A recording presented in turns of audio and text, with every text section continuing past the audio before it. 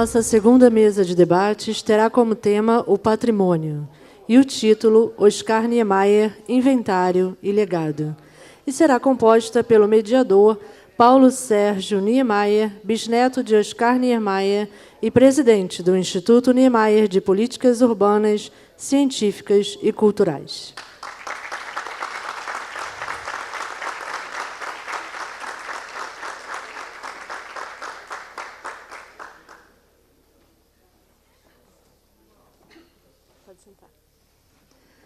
Paulo Sérgio é presidente do Instituto Niemeyer de Políticas Urbanas, Científicas e Culturais, arquiteto urbanista e designer de móveis, bisneto de Oscar Niemeyer, trabalha no escritório Oscar Niemeyer, é sócio da McGraw Arquitetura e dirige seu escritório Niemeyer Arquitetos Associados.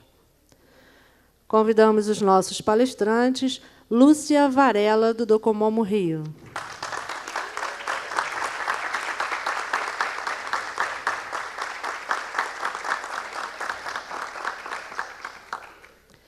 Lúcia é professora FAU da Unesa, possui graduação em Arquitetura e Urbanismo pela Universidade Federal do Rio de Janeiro, graduação em Urbanismo, Sociologia pela University of Maryland at College Park e mestrado em Urbanismo ProUber pela Universidade Federal do Estado do Rio de Janeiro. Arquiteta sócia na UNA Arquitetura, tem experiência na área de arquitetura e urbanismo, com ênfase em projeto de arquitetura e urbanismo e trabalhos de projeto e pesquisa sobre bens patrimoniados. Convidamos agora Igor Dvetmi.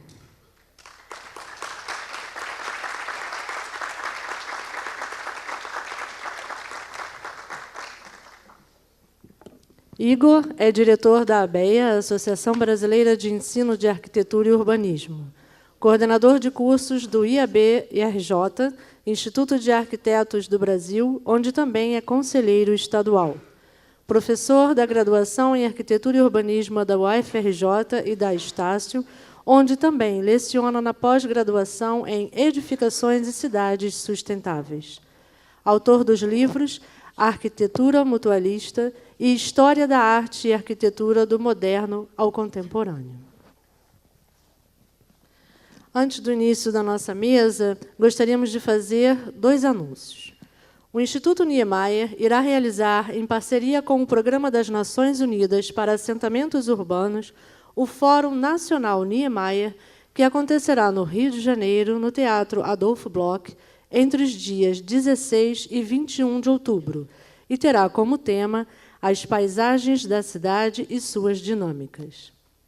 O evento reunirá o japonês Shigeru Ban, vencedor do prêmio Pritzker de 2017, o brasileiro Paulo Mendes da Rocha, o curador chinês Eric Chen, o espanhol e presidente da Fundação Design for All, Francesc Aragão, e a urbanista brasileira Regina Cohen, entre outros convidados.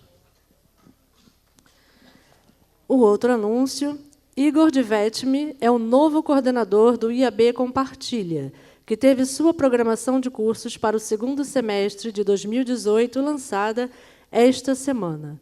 Os cursos são focados em sustentabilidade, gestão e inovação, com a intenção de compartilhar perspectivas. Além disso, a nova grade pretende explorar olhares menos ortodoxos sobre técnicas tradicionais, como o mergulho na arquitetura indígena.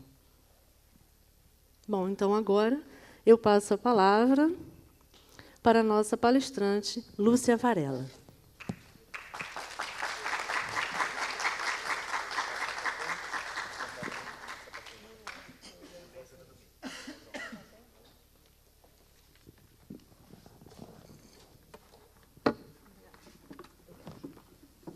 Alô? Boa tarde a todos. É uma grande alegria fazer parte dessa mesa, falando dessa pessoa genial que foi o Oscar Niemeyer. Hein? Em 2009, eu tive o prazer de desenvolver uma pesquisa para o IFAM sobre o conjunto da obra construída e não construída do Oscar Niemeyer no estado do Rio de Janeiro. para avaliação de um possível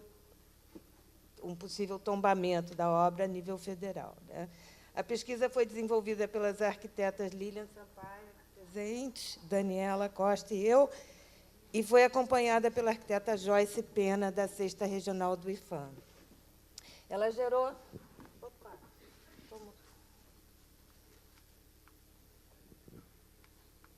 Ela gerou 2 volumes, 2 grandes volumes, sobre esse conjunto da obra construída, com 48 obras, e o outro sobre os projetos não construídos, com 82 projetos. Cada volume é composto por fichas de cada obra, né, que são numeradas cronologicamente, e tem todas as informações, como local, data, contratante, e características, croquis e desenhos, tudo que é disponível. Então, para a apresentação de hoje, a gente fez um recorte dos projetos não construídos no Estado do Rio de Janeiro, de novo, por serem esses provavelmente inéditos para a maioria aqui. Mas, antes de falar desses projetos, eu vou fazer uma breve contextualização da trajetória do Oscar Niemeyer, destacando alguns momentos e projetos marcantes na carreira e história da arquitetura, que são... Então, o Oscar, que é carioca... Isso eram as fichas que eu deixei de passar. O Oscar carioca, nascido em 15 de dezembro de 1907, no início do século XX, se formou arquiteto na Escola de Belas Artes do Rio de Janeiro, em 1934. Logo em seguida, ele estagiou no escritório do Lúcio Costa, porque ele dizia que ele queria aprender dos mestres, né? E ele dizia que era um favor que eles faziam. Ele trabalhou de graça por esse tempo. Mas esse contato, essa ligação com o Lúcio, levou a Le Corbusier, né, para desenvolvimento do projeto do Ministério da Educação e Saúde, em 1936, contratado pelo ministro Capanema. Ele participou dessa equipe que foi formada pelo Costa, que foi com consultoria do Corbusier, e a ele, Oscar, é atribuído o traço final do projeto, que é um marco na arquitetura brasileira e internacional. Só em 1937, Oscar fez o seu primeiro projeto construído, que foi a obra do Berço, na Lagoa, o primeiro prédio modernista na Zona Sul do Rio de Janeiro. Ele ainda tem todos os princípios, né, modernistas, racionalistas. Outra importante parceria com o Lúcio Costa gerou o Pavilhão Brasileiro da Feira Internacional de Nova York, de 1939, onde já aparecem elementos que caracterizam o seu vocabulário plástico, como as rampas, os elementos vazados para controle de insolação e o uso de curvas, que são adaptações dos princípios modernistas à realidade brasileira, né? E, em seguida, outro importante projeto, que é a Capela de São Francisco, na Pampulha, onde fica evidenciada a sua busca pela invenção, que era uma palavra que ele usava muito, né, que a arquitetura era invenção. Seu diálogo formal com as possibilidades técnicas do concreto criou uma linguagem tão pessoal e tão genial, e, a partir da relação da arquitetura com a estrutura, na busca por formas leves e belas que tanto marcam a sua obra. O conjunto de Pampulha é, sem dúvida, um marco na história da arquitetura brasileira e arrebatou a atenção de arquitetos de todo o mundo na Mostra Brasil Builds, no MoMA de Nova York, em 1943. Em 1947, a implantação proposta por Niemeyer para a futura sede da ONU, em Nova York, foi a escolhida para ser a base do projeto desenvolvido, foi fruto de uma integração das suas ideias com as de Le Corbusier. A partir daí, ele é muito requisitado para inúmeros projetos em várias cidades do Brasil e no mundo.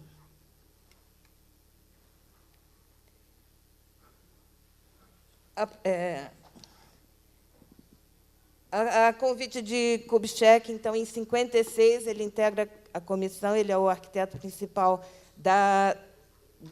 para a construção de Brasília. E ali ele projeta vários prédios monumentais. E Brasília definitivamente o tornou um arquiteto internacional, né? E, em 67, ele se transfere para Paris por conta das questões políticas, por causa da ditadura. Ele era conflitante com seus ideais políticos, né? E ele continuou uma intensa produção, desenvolvendo vários projetos inovadores e de grande qualidade no Brasil, na França e em vários outros países do mundo. Com abertura política, na década de 80, ele volta e, por intermédio de Darcy Ribeiro, no governo Brizola, ele projeta o Sambódromo e os CIEPs, desenvolvendo um sistema de padronização para agilizar a construção devido à urgência imposta pela encomenda, né? Na década de 90, ele projeta o Museu de Arte Contemporânea, o MAC, que se tornou uma forte referência na cidade de Niterói, ao ponto de sua potente silhueta ser adotada como logotipo oficial da cidade. Ali, projetou também o Caminho Niemeyer, com uma série de edificações de variados usos ao longo da Baía Guanabara. E, já no século XXI, desenvolve dezenas de projetos pelo mundo afora. O Oscar Niemeyer foi um gênio inventor e um incansável produtor de objetos arquitetônicos. Sua produção é inigualável em número e qualidade. Até sua morte, em 2012, ele criou cerca de 2.000 projetos, entre construídos e não construídos. Sua produção, entretanto, não gera unanimidade, tendo recebido duras críticas por suas características formalistas, ao que ele se defende, afirmando que, quando uma forma cria beleza, ela tem, sim, uma função, e das mais importantes para a arquitetura. Apesar das críticas, a qualidade do conjunto de sua obra é inquestionável para a história da arquitetura mundial, nas diversas escalas em que atuou. Então, esse apanhado de trajetória de Oscar está longe de ser completo, de abranger os diversos aspectos do arquiteto e as distintas fases de sua obra, mas eu considerei que era uma importante introdução a essa mesa que fala dele, né? E, seguindo o nosso roteiro, então, eu vou apresentar alguns dos projetos não construídos no Estado do Rio de Janeiro, né, que totalizam 82. Eu vou mostrar alguns deles que não foram realizados por diferentes motivos. Então, a importância de se conhecer projetos não construídos vai além de uma mera curiosidade. É interessante a gente observar que, em muitos deles, aparecem elementos de outros projetos desenvolvidos posteriormente pelo próprio Oscar ou até por outros arquitetos que o têm como fonte inspiradora.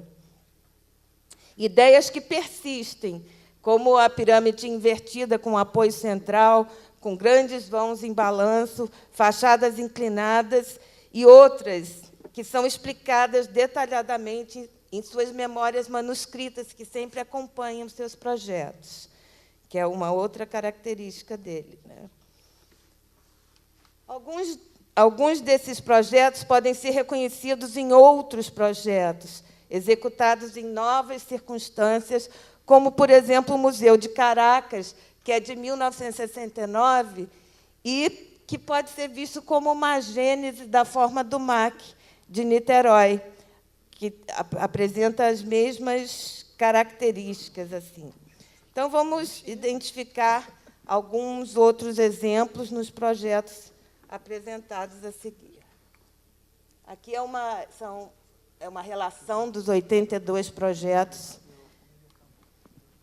Aqui é o primeiro projeto publicado, assim que se tem notícia, do Oscar Niemeyer, de 1935.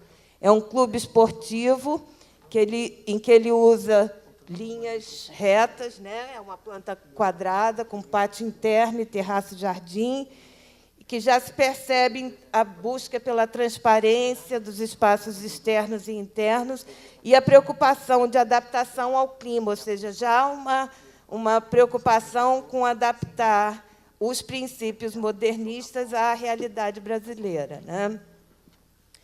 A segunda é uma residência de Henrique Xavier, em 36, na Urca, que também é uma planta que é desenvolvida sobre uma base geométrica simples, porém de uma forma sofisticada. Ele começa a articular os volumes, criar vazios, criar sombras, né?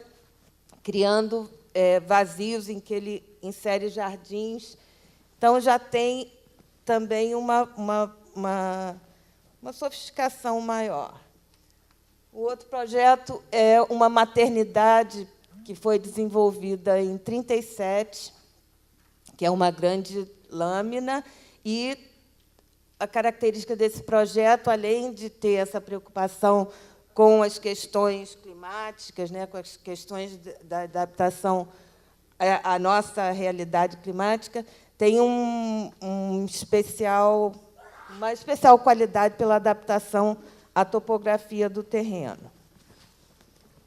Uma outra residência de Maria Passos e Miguel Pereira, também onde ele usa um telhado borboleta que proporciona o surgimento de um segundo pavimento. Ele usa o mesmo telhado para cobrir os dois pavimentos. Aqui uma torre de água de 1941, uma torre de concreto com 33 metros de altura, uma forma simples, sobre uma base quadrada para atender ao programa. Aqui uma outra residência em que volta o uso do telhado borboleta, possibilitando a criação de um mezanino ali. Então, são elementos, a gente vai vendo os projetos e vai identificando elementos que ele usava com frequência. Esse centro de lazer da Lagoa, que é de 1944, e é interessante a gente fazer esse paralelo do que aconteceu. Pampulha é de 40, né, que foi a grande inovação dele. Esse centro é de 44. Então, são 2 volumes principais, um volume do restaurante, que é esse volume circular, que é todo circundado com brises, o outro volume da Marina, que são cúpulas de concreto, desculpem, são 7 abóbadas de concreto apoiadas com colunas no mesmo ritmo. Esse projeto também é conhecido como restaurante no Leblon, restaurante em Ipanema, varia na literatura o nome que ele tem. Aqui é um hotel em Nova Friburgo, que é um complexo de lazer, que é uma edificação baixa, com linhas retas, e áreas de lazer com linhas orgânicas, que é uma característica dos projetos dele também, né? Ter a linha reta, modernista, com essa introdução ao lance orgânico. Obrigada. Põe num copo para mim, por favor.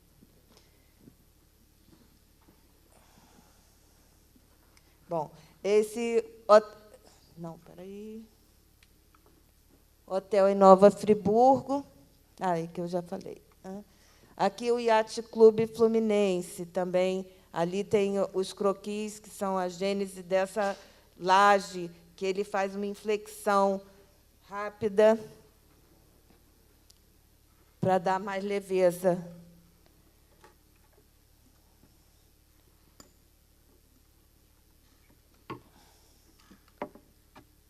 Aqui é um projeto bem interessante, que é um Centro Atlético Nacional do Rio de Janeiro, que é de 1947, que ele foi fruto de um concurso da Prefeitura do Rio de Janeiro para onde é o Maracanã hoje, né? Então, ele fez esse concurso, que é um grande arco, esse projeto, que é um grande arco parabólico. Ele fazia o estádio também semi-enterrado, para não ter tanto impacto na vizinhança. E a curiosidade desse projeto é que, em 96, Norman Foster, que é um grande arquiteto inglês, fez o projeto para Wembley, que tem exatamente a mesma forma do projeto do Oscar, de 47.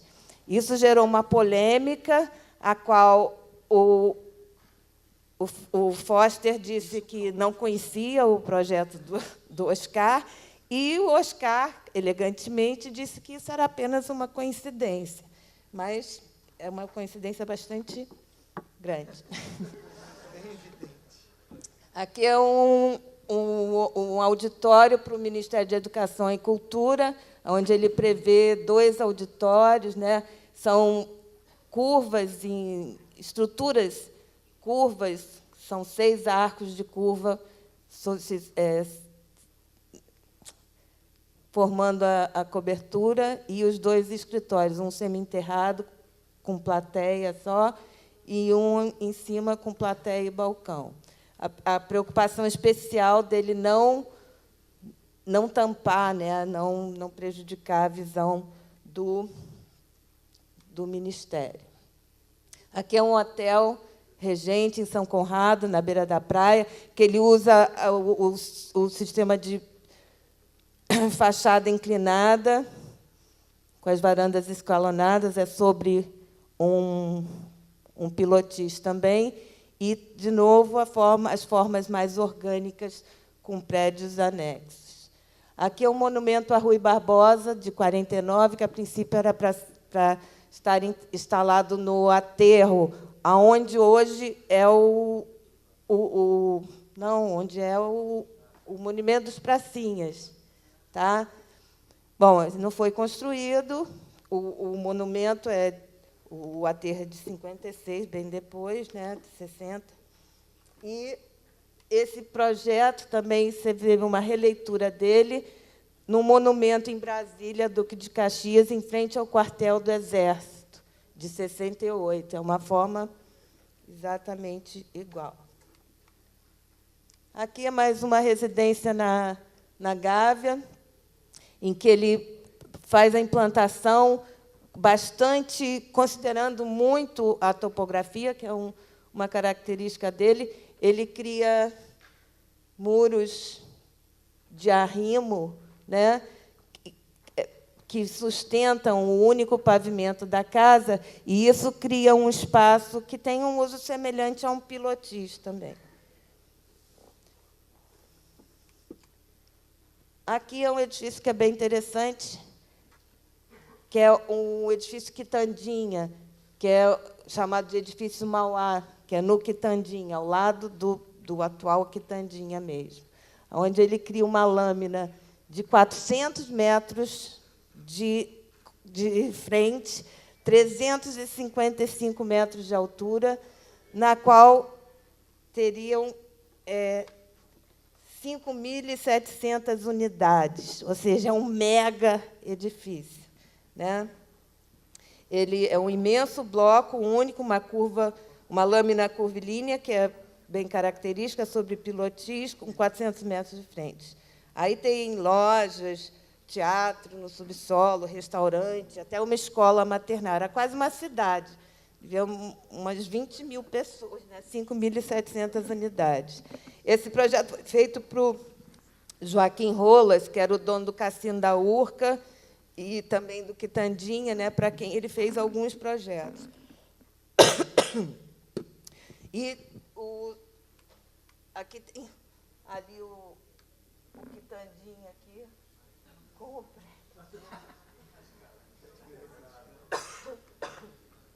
Aí eu acho que ele errou na mão.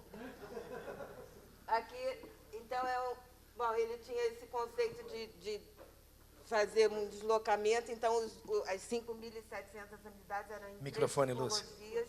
Lúcia, microfone. Eram em 3 tipologias com um desnível em cada uma, né?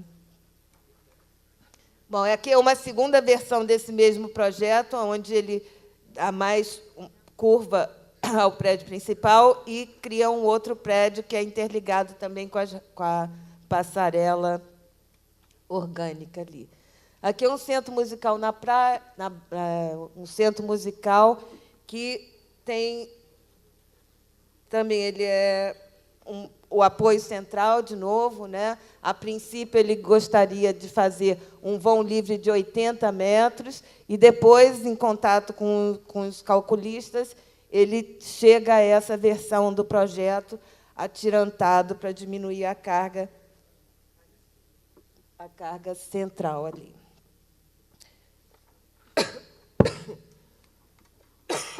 Aqui uma estação de satélite. Aqui é o Museu de Exposição na Barra, para a exposição Barra 72, em que ele cria uma pirâmide invertida, né, escalonada, com base quadrada, e que é essa forma que a gente viu que foi usada no Museu de Caracas, né, que não foi construído. Em 54, ele tinha proposto isso. E outra curiosidade em relação a esse projeto é que há uma releitura dele no Museu da Terra do Mar, que é de 74, que tem exatamente o mesmo princípio, né, essa pirâmide invertida, escalonada. E essa torre da Embratel, que é um objeto escultórico, que foi projetado em 94, e, mais tarde, em 97, ele aparece na sede de Itaipu, Brasil, de uma forma bastante semelhante, né? Aqui é um projeto que ele fez, que ele doou para a União Nacional de Estudantes, que ficou muito tempo parado, começou a construir, mas parou, né? E aqui um memorial para Leonel Brizola, em 2006, na Cidade Nova, ficaria em frente à prefeitura. Chegou a ser iniciada a construção e foi demolida em 2009 para botar o metrô da Cidade Nova. Enfim, há outros muitos e interessantes projetos, mas o tempo acabou. E eu só quero dizer que estudar a obra de Oscar Niemeyer para o desenvolvimento dessa pesquisa gerou encantamento, não só com o arquiteto, mas também com a pessoa coerente, consistente e genial, que se autodefine com um poema que ele, para o seu amigo e colaborador, José Carlos Susequinde. Eu não vou ler, só vou ler o último trecho, que ele fala: deixo de lado o sonho que sonhava, a miséria do mundo me revolta. Quero pouco, muito pouco, quase nada. A arquitetura que faço não importa. O que eu quero é a pobreza superada, a vida mais feliz, a pátria mais amada. E isso acho que vai fazer um link com a fala do Igor. Então, muito obrigada. Desculpem os gaguejos.